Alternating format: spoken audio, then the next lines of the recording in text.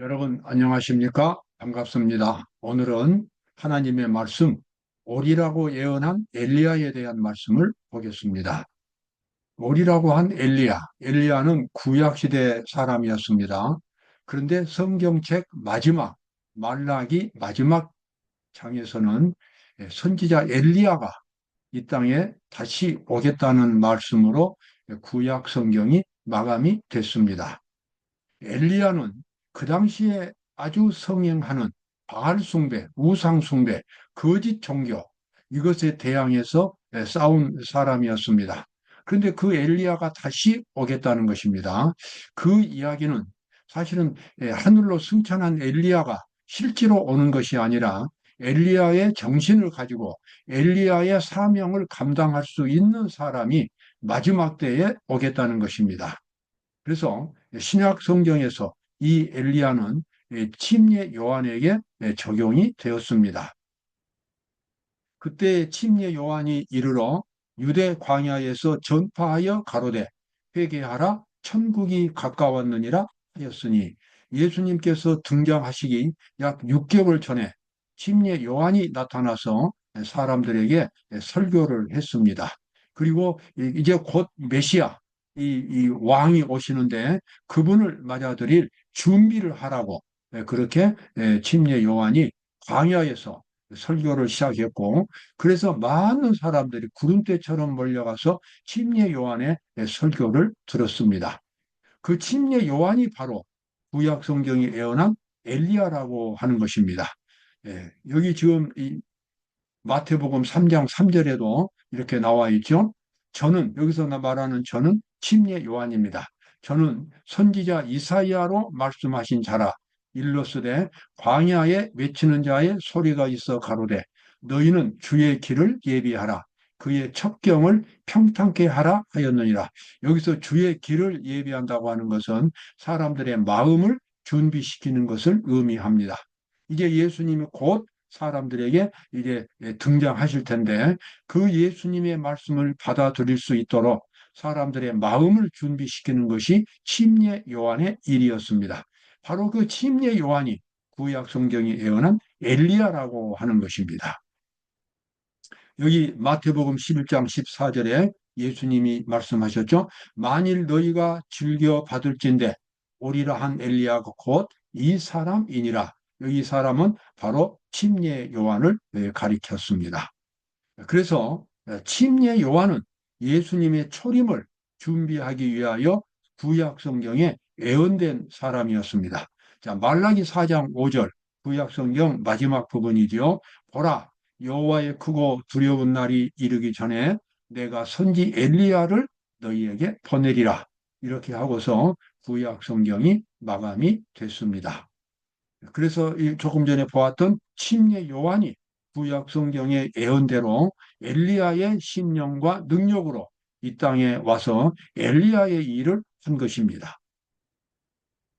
그러면서 침례 요한의 전한 설교는 바로 엘리야 자격으로 이 땅에 온 침례 요한은 심판의 기별을 전했습니다. 이미 도끼가 나무 뿌리에 놓였으니 좋은 열매 맺지 아니하는 나무마다 찍혀 불에 던지우리라. 이 말씀 바로 하나님의 심판을 의미했습니다. 과거에도 그렇고 지금도 그렇고 사람들이 하나님을 믿을 때에 형식적으로 믿는 경우가 너무나 많습니다. 하나님을 믿기는 믿지만 구원이 무엇인지를 경험을 못한 사람들입니다. 그저 피상적으로 자기 자신은 변화되지 않는 채 죄인인 모습으로 그대로 있으면서 성경 지식만 얻는다랄지, 어떤 교파에 가담한다랄지, 어떤 위치를 차지한다랄지, 그것으로 신앙을 생각하지만 여러분 그렇지 않습니다. 하나님을 믿는다고 하는 것, 구원을 받는다고 하는 것은 그 사람이 실제로 하늘에 가서 살 수 있는 거룩한 사람으로 변화되는 것을 의미합니다. 그런 변화가 되기 위해서는 마음속 가장 깊은 곳에서부터 하나님의 말씀이 그곳에 자리를 잡아야 합니다. 하나님의 뜻과 하나님의 형상이 그 사람 속에서 만들어져야 하는 것입니다. 그래서 새로운 사람이 되어서 하나님의 뜻에 일치되는 그런 사람으로 변화되어야 하는 것입니다. 바로 그것이 구원입니다. 하나님은 그 사람의 지식을 보는 것이 아니라 그 사람의 정신을 보시고 그 사람의 품성을 보시는 것입니다. 그래서 하늘에서 가서 살 수 있는 적합한 도덕성을 갖춘 사람이 되어야 하는 것입니다. 침례 요한은 그 당시 위선자들에게, 특별히 바리새인들에게, 거짓 종교를 가르치는 바리새인들에게 이렇게 큰 소리로 설교했습니다. 이미 도끼가 나무 뿌리에 놓였으니 좋은 열매 맺지 아니하는 나무마다 찍혀 불에 던지우리라. 여러분, 이 바로 이 심판의 기별, 우리의 자기가 믿고 자기가 구원을 받는 식으로 그렇게 말하는 그리스도인들이 많습니다. 믿음으로 구원받으니까 자기는 구원받았다는 것입니다. 그러나 각 사람의 이 개인적인 구원은 하나님의 심판을 통해서 결정이 되는 것입니다. 하나님 앞에서 정당한 믿음이 입증이 되어야만 그 사람에게 영생이 주어지게 되는 것입니다. 그래서 이 침례 요한은 말하기를 근본적인 변화를 경험하라고 촉구했습니다. 도끼가 나무 뿌리에 놓였으니 좋은 열매 맺지 아니하는 나무마다 찍혀 불에 던지우리라. 아주 엄숙한 기별입니다. 우리가 하나님을 믿으면 우리는 하나님의 뜻대로 살아갈 수 있는 거룩한 사람으로 변화되어야만 하는 것입니다. 나는 너희로 회개케 하기 위하여 물로 침례를 주거냐. 이것은 지금 침례 요한이 지금 군중들에게 하는 설교입니다. 물로 침례를 주지만 내 뒤에 오시는 이, 예수님이죠. 내 뒤에 오시는 이는 나보다 능력이 많으시니 그는 성령과 불로 너희에게 침례를 주실 것이요. 성령과 불로 침례를 주신다고 하는 것, 성령은 하나님의 능력입니다. 하나님의 제3위의 하나님이고 새로운 생명을 창조하실 수 있는 분입니다. 그리고 불이라고 하는 것은 시련과 역경입니다. 품성 속에 들어있는 이 혼잣물들, 찌꺼기들, 죄악적인 것들, 이기적인 것들, 이러한 모든 것들을 다 그것을 소멸시키고 없애서 하나님의 형상으로 변화시켜 주시는 그와 같은 능력을 침례 요한은 자기 뒤에 오시는 분이 그와 같은 능력을 나타낼 것이라고 사람들에게 설교를 했습니다. 바로 예수님이 우리의 근본을 변화시켜서 하나님의 뜻에 일치되는 사람으로 만들어 주시는 것입니다. 자, 그런데 오늘 이제 보고 싶은 이 귀중한 말씀은 또 하나의 엘리야입니다. 예수님이 초림하실 때에 지금으로부터 2000년 전에 예수님께서 초림하실 때에 침례 요한이 먼저 와서 사람들에게 예수님을 소개했습니다. 그리고 예수님을 마음속에 영접하고 심판을 통과할 수 있는 그러한 믿음을 갖도록 사람들에게 촉구를 했습니다. 그런데 성경은 또 하나의 엘리야, 이번에는 예수님의 재림입니다. 예수님의 재림을 사람들이 준비할 수 있도록 또 다른 마지막 때의 엘리야가 이 세상에 나타나게 될 것입니다. 그 사람들이 요한계시록에 아주 분명하게 예언되어 있습니다. 그 사람들이 바로 세 천사들이고 여자의 남은 자손들이고 오늘날 교파로 말하면 제7일 안식일 예수 재림 교회 교인들입니다. 그들은 성경에 예언된 대로 다른 장로교나 감리교나 이런 교회들은 성경에 예언이 되어 있지 않습니다. 어떤 종교 개혁이 일어나고 부흥운동이 일어나서 만들어진 교파들입니다. 그러나 제7일 안식일 예수 재림교회는 명백하게 요한계시록에서 예언되어 있었고 그 역사적인 예언의 순서에 따라서 등장한 것이 바로 안식일 교회입니다. 그래서 안식일 교회에는 이 예수님의 재림을 준비하는 세천사 기별이 있습니다.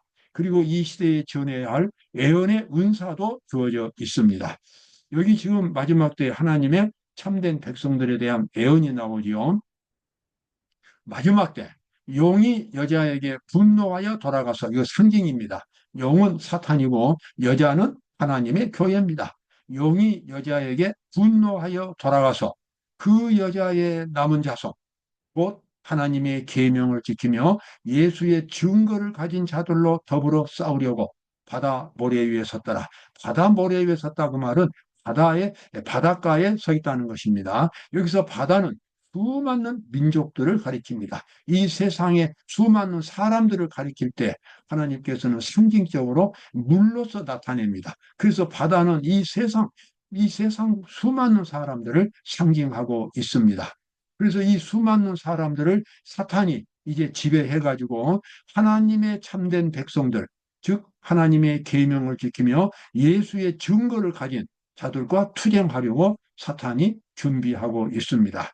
여기 마지막 때에 하나님의 참된 교회의 모습이 두 가지 특징이 나옵니다. 저마다 교파마다 자기들이 진리를 가졌다고 자기들이 참된 교회라고 자랑하지만 성경 요한계시록은 매우 분명하게 마지막 때 하나님의 참된 백성들은 첫 번째 하나님의 계명을 지키는 것입니다.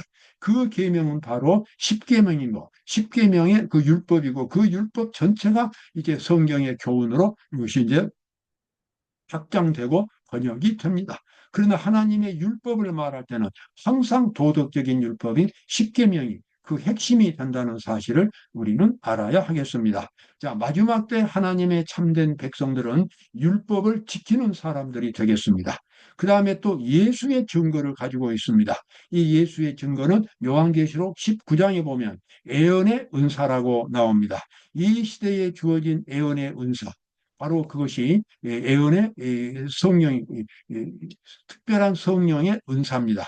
이것은 바로 우리 제7일 안식일 예수 재림교회가 엘렌지 화이트 부인을 통하여 2000번 이상의 계시와 10만 쪽에 이르는 방대한 저술 활동을 통해서 이 세상에서 마지막 때 하나님의 백성들이 전해야 할 애언의 은사를 가지고 있습니다.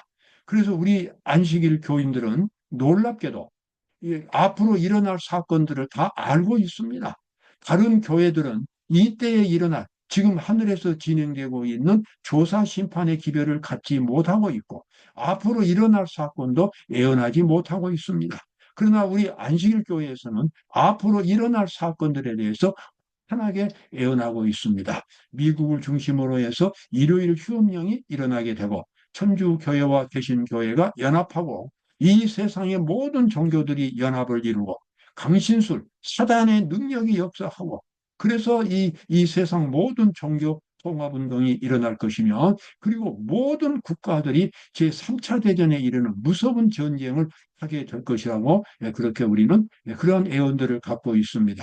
그런 와중에서 이 남은 백성들이 어떻게 투쟁하고 어떻게 승리하고 그리고 마침내 예수님의 재림을 맞이할 수 있게 되는지 그 모든 과정들을 우리는 아주 대나처럼 밝은 예언의 빛으로 다 알고 있습니다. 그래서 마지막 때에 하나님의 참된 백성들은 예수의 증거, 마지막 때에 주어질 예언의 기별을 가지고 있습니다. 자, 첫째 천사의 기별입니다. 아까 우리가 엘리야였죠. 이제는 안식일 교회가 바로 엘리야입니다. 세 천사들입니다. 그가 큰 음성으로 가로되 하나님을 두려워하며 그에게 영광을 돌리라. 이는 그의 심판하실 시간이 이르렀음이니 하늘과 땅과 바다와 물들의 근원을 만드신 이를 경배하라 하더라. 아까 침례 요한이 심판의 기별을 전했습니다. 심판을 준비하라고 하는 것.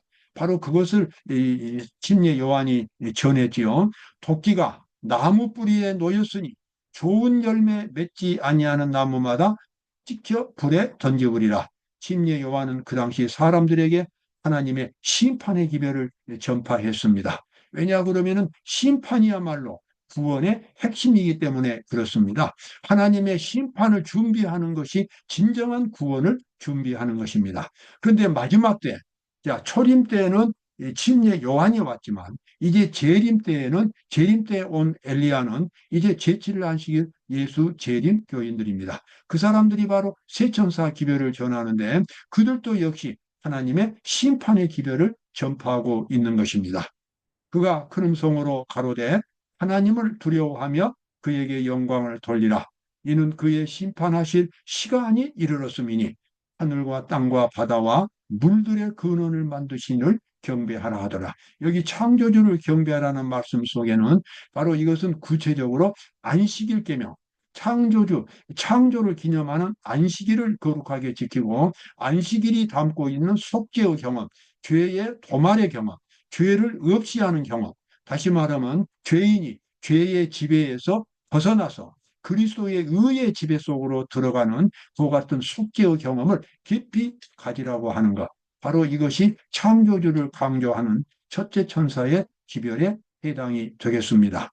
그래서 마지막 때 하나님의 백성들은 안식일을 거룩하게 지킴으로 구원을 확보할 수 있게 됩니다. 왜냐 그러면 안식일 그 계명 속에는 속죄의 기능이 있기 때문에 그렇습니다. 하늘에서 조사 심판이 진행되고 있는 동안, 회개한 죄인들의 죄가 성소로부터 토말되고 있는 동안 지상에 있는 하나님의 백성들 가운데서는 죄를 버리는 특별한 일이 있어야 한다. 하나님의 심판이 진행되고 있으면 지상에 있는 하나님의 백성들도 역시 스스로 하나님의 심판을 받아야 한다고 하는 것입니다. 그래서 하나님 앞에서 심판받는 입장에서 자기의 모든 죄, 하나님의 말씀에 맞지 않는 모든 죄를 다 회개하고 그것을 극복하고 그리고 하나님의 뜻으로 돌아오는 그와 같은 회심의 경험이 매일매일 반복돼서 경험이 되어야만 하겠습니다. 이것이 바로 세천사 기별인 것입니다. 하나님께 영광을 돌린다고 하는 것은 사람들에게 하나님을 보여주는 것이고 우리 사람이 하나님을 보여주려면 속에서부터 하나님을 만나는 경험이 있어야 합니다. 하나님의 심판 앞에서 자기 자신이 철저하게 회개해서 이기적인 자아는 죽고 오직 그리스도의 거룩한 사랑의 정신으로 변화될 때에 바로 그것이 하나님께 영광을 돌리는 것이고 사람들에게 하나님을 보여주는 일이 되겠습니다. 그래서 여기 나와 있는 대로 하늘에서 죄가 도말되고 있는 동안, 도말된다고 말하면 지워서 없앤다는 것입니다. 하나님의 심판은 각 사람들의 운명도 결정하지만 이제 드디어 하늘에서부터 모든 죄를 다 이제 지워서 없애는 그런 마지막 단계가 바로 조사 심판입니다.